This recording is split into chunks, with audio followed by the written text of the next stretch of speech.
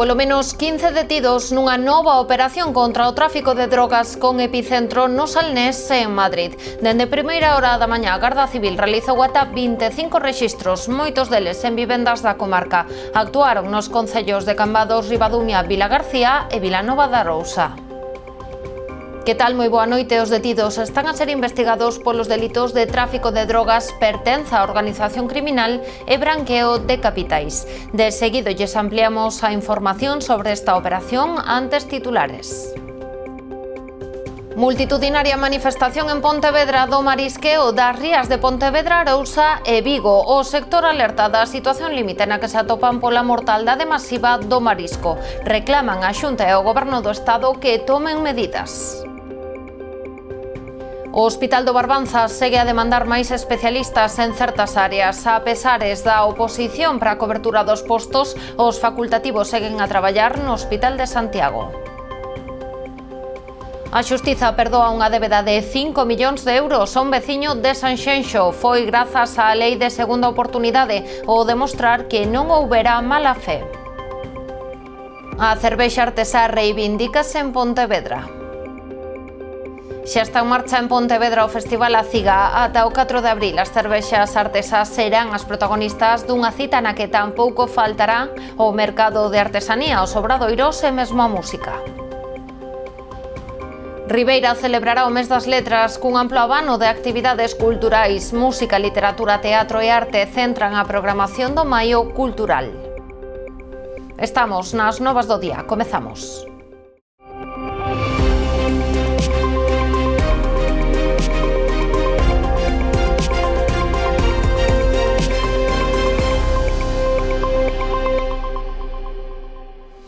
Nova operación contra o tráfico de drogas con epicentro na comarca do Salnés. Dende primeira hora da mañá, a Garda Civil está a desenvolver rexistros en diferentes concellos, como Cambados, Ribadumia, Vilagarcía e Vilanova de Arousa. Tamén en Madrid. Xa hai 15 detidos investigados polos delitos de tráfico de drogas, pertenza a organización criminal e branqueo de capitais. Dende primeira hora da mañá, a Garda Civil puxo en marcha un amplo dispositivo na comarca do Salnés. Os furgóns deixáronse ver en diferentes puntos dos concellos de Cambados, Ribadumia, Vilagarcía e Vilanova de Arousa. Era o inicio dun novo operativo contra o tráfico de drogas bautizado como Operación Alia, que deixou como balance temporal alo menos 15 persoas detidas, a maioría no Salnés.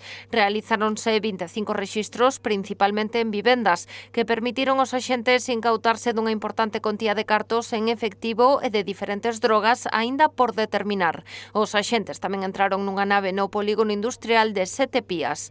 No marco desta intervención tamén se realizaron rexistros en Soutomaior, Ferrol e Madrid. Os detidos están a ser investigados polos delitos de tráfico de drogas, pertenza a organización criminal e branqueo de capitais. Multitudinaria manifestación en Pontevedra do marisqueo das rías de Pontevedra, Arousa e Vigo. O sector alerta da situación límite na que se atopan. A mortaldade masiva de berberecho e ameixa que sofren dende outubro levounos a solicitar o cese de actividade que pretenden manter ata o mes de xullo, pero reclaman a Xunta e o Goberno do Estado axudas dignas, que se tomen medidas para rexenerar as rías e a flexibilización temporal das obrigas fiscais coa seguridade social nos tempos de paro ou escaseza. Porque temos un panorama moi negro por diante, moi negro, e necesitamos implicación real das administracións. Como sempre insisto, non queremos chupar do bote, non queremos vivir de subvencións, porque iso é pan para hoxe e fame para mañán. O subvencionismo é algo negativo, pero estamos nunha situación que non hai marisco, todo o marisco morreu. Como digo sempre, non hai berberecho nin para facer unha empanada, podenmo creer. Pódese dicir máis alto, pero non máis claro. E aínda así, as mariscadoras decidiron facerse notar hoxe en Pontevedra nunha multitudinaria manifestación das rías de Pontevedra, Arousa e Vigo. A situación é mala porque non hai ningunha semilla.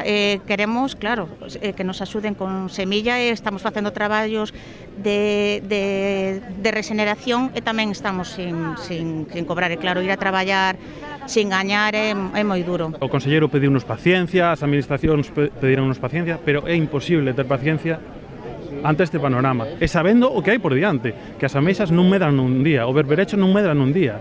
A mortaldade masiva do marisco que se produciu nos meses de outubro e novembro deixou o marisqueo en xaque. O sector leva dende xaneiro sen ir ao mar despois de solicitar un cese de actividade que queren prolongar ata o mes de xullo. Despois tenemos que volver ao marisqueo a arrasar o que queda, que será as migallas das migallas das migallas. Iremos a unhas cotas mínimas que non darán para nada. Non estamos pedindo ser millonarios, non estamos pedindo ser marqueses de... Pedimos vivir dignamente e ter un sustento que asegurado, é dicir, poder ter unha vida digna, nada máis. Denuncian que o sector está nunha situación límite, por iso saíron á rúa para reclamar á Xunta e ao Goberno do Estado que traballen de xeito coordinado na toma de medidas. Piden un plan para rexenerar as rías e que se flexibilicen os pagos á Seguridade Social cando non haxa actividade. Que se reúnan e que se senten as administracións, tanto a Xunta como o Goberno Central, que teña as competencias, para poder rexenerar as rías e que nos axuden. Se non estamos cobrando un peso, como temos que seguir pagando a Seguridade Social? É un imposible. Xa non pedimos que nos quiten a cuota inteira, sino que nos lo flexibilicen ou busquen unha fórmula. Unha situación que leva a moitos a deixar de traballar no marisqueo ante un futuro cada vez máis incerto. O Comité de Empresa do Hospital do Barbanza denuncia a falla de especialistas. Tras a oposición convocada polo Sergas pros postos de difícil cobertura, algúns dos profesionais que obtiveron prazas seguen a traballar en Santiago, malia que asinaron o contrato para desenvolver o seu labor no Hospital Comarcal. As delegadas da CIGA Saúde no Hospital do Barbanza denuncian que a OPE convocada polo Sergas para as prazas de difícil cobertura non está a solucionar os problemas que xa rexistraba o hospital en determinadas especialidades. Este hospital saen 4 prazas de medicina interna, 2 de análisis clínico, unha de radioloxía, unha de traumatoloxía e unha de anestesia e unha de xinecoloxía. A realidade é que non son prazas reales, a xinecoloxía queda a persoa que está, en radioloxía marcha unha persona e ven outra, supoñemos que se incorporará, teñen un mes para incorporarse as persoas, que se incorporará no plazo límite, non o sabemos, en análisis clínico tamén se marchan 2 persoas e veñen 2, polo de agora ningunha se incorporou. Cantas plazas saliron? Que eso sería estabilización, non novas plazas, estabilización. Entonces, por exemplo, en pediatría saliron, porque pediatría se resolveu antes. Aquí viñeron 2 persoas novas, pero se marcharon 2 persoas. E das 2 persoas novas que viñeron, unha estaba en Santiago facendo gardas aquí, co cual nós en estes momentos temos o mismo persoal de mañán e unha persoa menos para facer gardas, vale? Os casos máis graves están en radioloxía, con tan só 2 médicos fixos para realizar gardas, en medicina interna, onde xa partían dun importante déficit. Nesta última, convocáronse 4 prazas, aínda que a previsión é que só se cubran 2. O titular dunha delas xa asinou o contrato a pasada semana, pero segue a traballar no Hospital Clínico de Santiago. Resulta que unha desas persoas se incorpora, firma a súa praza un xoves e aquí ainda non está traballando. Nos dicen que se va a incorporar os xoves, porque, mentras tanto, sigue traballando no clínico. O que decimos é que aquí hai 2 varas de medir, non? Son unhas prazas que no momento que decides firmar tes que incorporarte, pero sigue sendo o que nos decimos que o feito de depender do hospital, da área sanitaria, cando se crearon as áreas integradas e a área sanitaria Santiago Barbanza, para nós foi o principio do fin deste hospital, porque os xefes de servicio priorizan o hospital clínico sobre o noso hospital. Entonces, en un servicio donde desde hace varios anos estamos en -3, desde donde pacientes de máis de 2 anos levan esperando a ser atendidos na consulta, deciden que é máis importante que esa persona que firmou o seu contrato aquí pode esperar, é imprescindible que este unha semana máis en Santiago, que non sabemos que, porque hubo presión para que seguira en Santiago máis tempo. A falla de internistas que se ven mantendo dende hai anos implica que haxa pacientes á espera dunha revisión dende principios de 2022. Bombeiros do Parque Comarcal de Ribeira participaron esta madrugada na extinción dun incendio en varios colectores de lixo na Pobra. Tras recibir o aviso pasada medianoite, comprobaron que o lume afectaba a 4 colectores situados na rúa Fernández Varela, moi próximos aos vehículos estacionados na zona. A rápida intervención dos bombeiros evitou que as lapas se estendesen e acabasen causando maiores danos nos automóviles. No operativo, que concluía pasada 1 da mañá, participaron tamén efectivos da Garda Civil de Boiro e de Protección Protección Civil da Pobra. A primeira hora desta mañá, operarios da Brigada de Obras Municipal procederon á súa retirada e á instalación de contedores novos.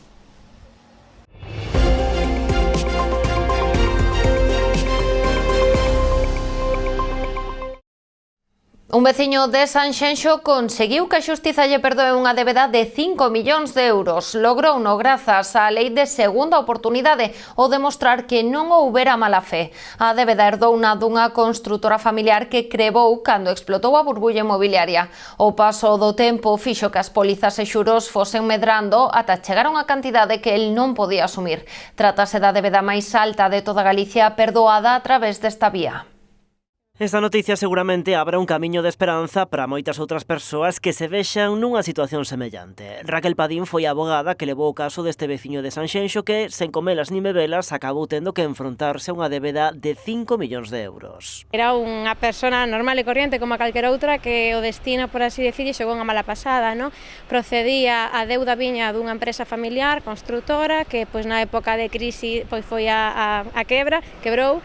Entón, bueno, pois había unha serie de pólizas que xumado cos xuros que rozaban a usura, pois fixo que pois deudas que realmente non eran tan altas, pois se elevaran a estas cantidades pois tan millonarias, non? A estrategia entón foi botar man da coñecida como lei da segunda oportunidade, un procedemento que lle permitiu a este sanxenxino rescatalo dunha situación á que non lle podía facer fronte. Podes acoller a ela calquera persona natural, ten que ser unha persona física, da igual que sexa empresario ou non, ten que cumplir unha serie de requisitos que están na norma regulados, entre eles ser un deudor de boa fe. Isto é moi importante, ser o deudor de boa fe. E despois, bueno, pois é un procedimento que vai ligado a un concurso donde aí pois se vai a declarar se realmente en función de se hai masa, se non hai masa, os acreedores tamén terán oportunidade de facer as súas alegacións e o xuíz pois resolverá por un auto se se procede ou non a exonerar este pasivo, non? O caso deste veciño de Sanxenxo chama a atención polo elevado da cifra. Estamos a falar dunha das débedas perdoadas máis altas de España e a máis alta de Galicia. Sí, é un caso pois moi importante a nivel polo menos autonómico, porque, como digo, é a máis elevada. Un fito tamén para o despacho desta abogada que sinala este caso como un dos seus grandes éxitos. Sí, é un dos casos máis importantes que levamos no despacho pola cuantía e polo que supoñía tamén para esta persona, non? Porque todos os casos teñen aí un componente moral, neste caso, pois a verdade é que era moi grande. A letrada lanza tamén un consello a aquelas persoas con débedas antes de dar a batalla por perdida, hai que intentalo. Eu animaría a toda a xente que ten débedas, persoas físicas que teñen débedas realmente, se están nunha situación complicada que non poden facer frente a elas, pois antes de tirar a toalla, a consultar cun abogado que lle poida pois facer ese asesoramiento, decir se realmente é viable ou non é viable, porque a veces por intentalo tampouco se perde nada e a alegría pois pode ser moi grande, non? É que significa empezar de cero, literal. Padín, malia ser unha moza, suma xa unha década de experiencia, aproveita tamén a súa xuventude para subirse ao carro das novas tecnoloxías e lanzar consellos legais de todo tipo a través das súas redes sociais. O seu perfil é Rocío Padín Abogada. O BNG de Muros Noia celebrou esta mañá unha reunión de traballo na que participaron representantes da formación frentista nos 6 concellos que integran estas dúas comarcas. Na xuntanza tomou parte tamén a deputada Rosana Pérez, que tomou boa nota das principais demandas e problemáticas destes 6 concellos, as que o BNG pretende darlle voz no Parlamento galego nesta nova legislatura que ven de comezar. Unha das liñas fundamentais do traballo da formación para estes próximos 4 anos volverá a ser a ría, tratando de resolver as problemáticas que afectan ao sector do mar, a principal fonte de ingresos para estas dúas comarcas. Que urxe tomar man do sector marisqueiro e da ría antes de que sea demasiado tarde, e nós xa temos en este momento varias iniciativas presentadas a ese respecto, seguiremos en esta línea con máis fincapé que nunca, porque é a principal fonte económica da comarca de Muros Noia. A depuración das augas nos diferentes concellos da zona, especialmente aqueles con maior dispersión territorial, será tamén outro dos aspectos que centrarán a atención dos nacionalistas, como tamén o será o da situación das infraestructuras viarias. Que se non fose neste momento pola Diputación Provincial, nin siquera moitos camiños fundamentais para estes concellos poderían estar en unhas mínimas condicións. Na parte social, os nacionalistas volverán a poñer o foco na falla da gardería pública en Noia. así como tamén na necesidade de levar adiante dous proxectos actualmente paralizados, como son os novos centros de saúde de Porto do Son e Noia, tras anos de promesas. Levamos anos de promesas e seguimos agardando, insisto, en un concello cabeceira de comarca que sigue desatendido tamén en ese plano. Outros dos temas nos que seguirán incidindo serán a situación da planta de Serbia e tamén o da mina de San Fins, para que piden a restauración da contorna, despois de que a Xunta denegase recentemente a autorización de vertidos. E que hai que lembrarlle a todo mundo, para empezar a Xunta de Galiza, que en este momento, por máis que a autorización de vertidos caeu finalmente, seguimos a respecto da mina de San Fins exactamente na mesma situación que antes de febreiro de 2022, que foi cando se autorizaron precisamente eses vertidos. Por lo tanto, vamos a seguir traballando na restauración de toda esa contorna. Por último, os nacionalistas pedirán tamén o desenvolvemento de máis chan industrial nestas dúas comarcas e o desdobramento do corredor de Brión a Noia, sen esquecer tampouco a mellora da C550 de Muros a Noia, en moi mal estado. O Concello de Ribeira porá a disposición da Consellería de Educación o edificio da antiga comisaría para incorporalo ás instalacións do Colexio O Grupo. Así o aprobou a pasada tarde a Corporación Ribeirense co fin de dar solución aos problemas de espazo do centro educativo que na actualidade conta con preto de 500 alumnos.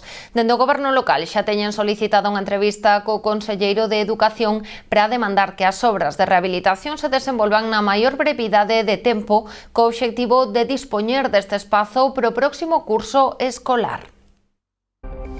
Facemos unha pausa para a publicidade e voltamos de contado.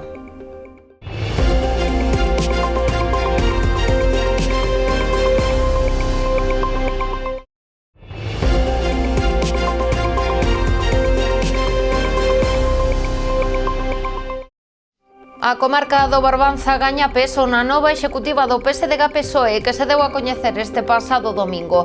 No novo organigrama do partido a fronte do que estará como secretario xeral José Ramón Gómez Besteiro aparece o alcalde de Boiro, José Ramón Romero, que se encargará das áreas de mar e asuntos mariños.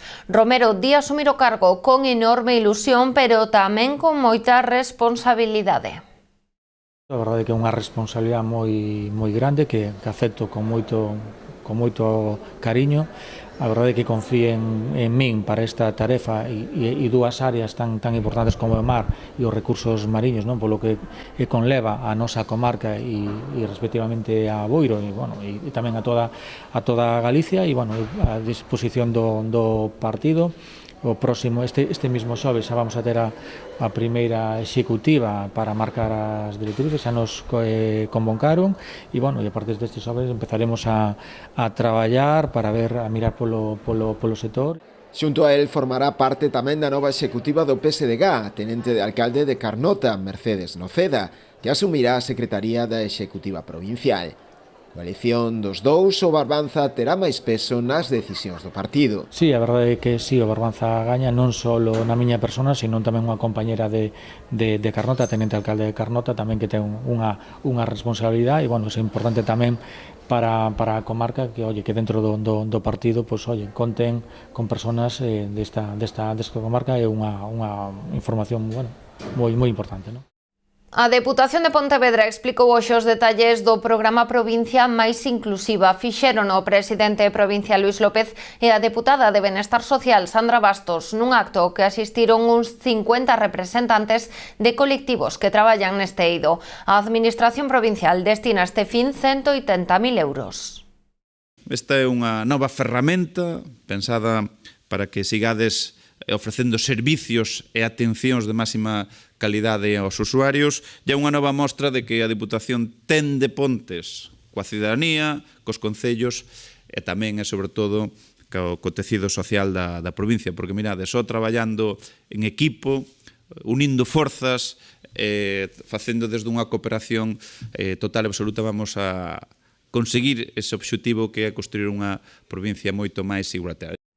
Os colectivos que participaron no acto actúan nos ámbitos do coidado a persoas maiores con discapacidade ou pola inclusión de persoas con necesidades específicas.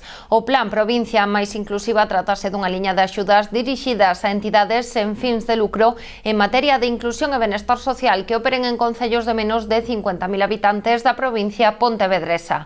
Cada organización poderá recibir un máximo de 10.000 euros de axuda que poderá destinar a construir espazos accesibles, redactar proxectos de accesibilidade, adquirir sistemas inclusivos de comunicación ou equipamentos relacionados coa mobilidade e o coidado persoal. O prazo de presentación de solicitudes estará aberto ata o vindeiro 26 de xuño. Ignacio Melero, co-director do Servizo de Inmunoloxía e Inmunoterapia da Clínica Universitaria de Navarra, recibirá o Premio Internacional de Investigación Oncolóxica Ramiro Carregal. O xurado deu a coñecer o fallo da 12ª edición do certame xunto co nome do gañador do 5º premio a talentos emerxentes, que recaerá no investigador Arcaiz Carracedo, xefe do grupo no Centro de Cancro Ciberonc e profesor asociado da Universidade do País Vasco. Os galardoados recollerán os seus premios dotados con 30.000 e 10.000 euros respectivamente nunha gala que se celebrará en Santiago o próximo 29 de maio.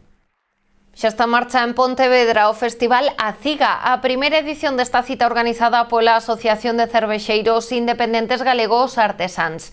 Ata o 4 de abril, no recinto feiral, as cervexas artesás serán as auténticas protagonistas dunha cita na que tampouco faltarán o mercado de artesanía, os obradoiros e mesmo a música. O festival comezará cunha xornada técnica alimentaria con 13 relatorios de diferentes provedores chegados de todo o mundo. O día 1 de maio celebrarase outro dos eventos centrais da programación, os premios Aciga, cos que se busca poñer en valor o traballo dos produtores. Os días 2 e 3 a cita ten preparado un mercado artesán e de segunda man. Ademais, o 3 e o 4 de maio celebrarase a primeira edición do Troneira Fest. Aciga engloba 11 dos 15 produtores de cervexa artesá que hai en toda Galicia.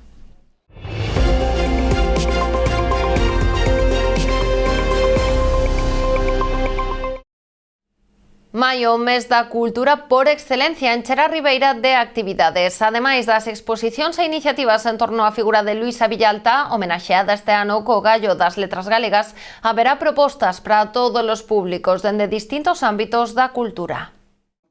O Concello de Ribeira programou para este mes das letras un amplo programa de actividades culturais que darán comezo esta mesma semana coa apertura da 14ª exposición da Bienal de Pintura do Eixo Atlántico o xoves no Lustre Rivas. O sábado día 4 no auditorio proxectarase o documental de Alberto Sacido sobre Suso de Toro con posterior coloquio. Todos os sábados a mediodía haberá contacontos para os máis pequenos, mentres que a biblioteca acollerá 3 exposicións sobre Luisa Villalta e outros autores aos que se lle ten dedicado o Día das Letras Galegas. Unha exposición bibliográfica de Luisa Villalta, que será durante todo o mes de maio.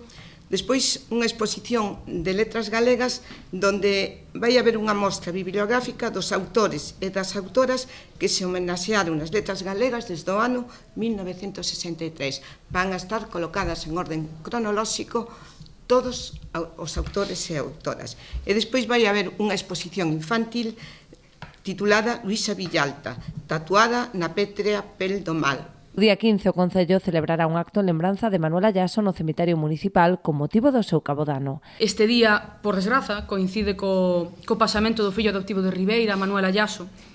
Decidimos facer un pequeno acto solemne na súa lembranza. Terá lugar ás 8 da tarde no cemiterio municipal e imos a contar coa participación de varios escritores e escritoras e poetas que recitarán uns versos na súa memoria e tamén unha pequena interpretación musical.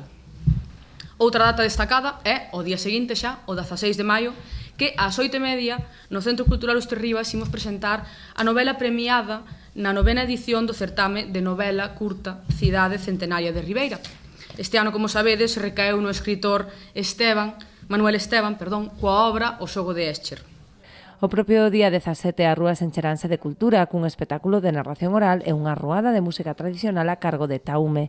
Pola tarde, a Aula de Música da Guiño acollerá varias actividades organizadas pola Asociación Francisco Lorenzo Mariño. Pechará a xornada o concerto da Coral Municipal no auditorio.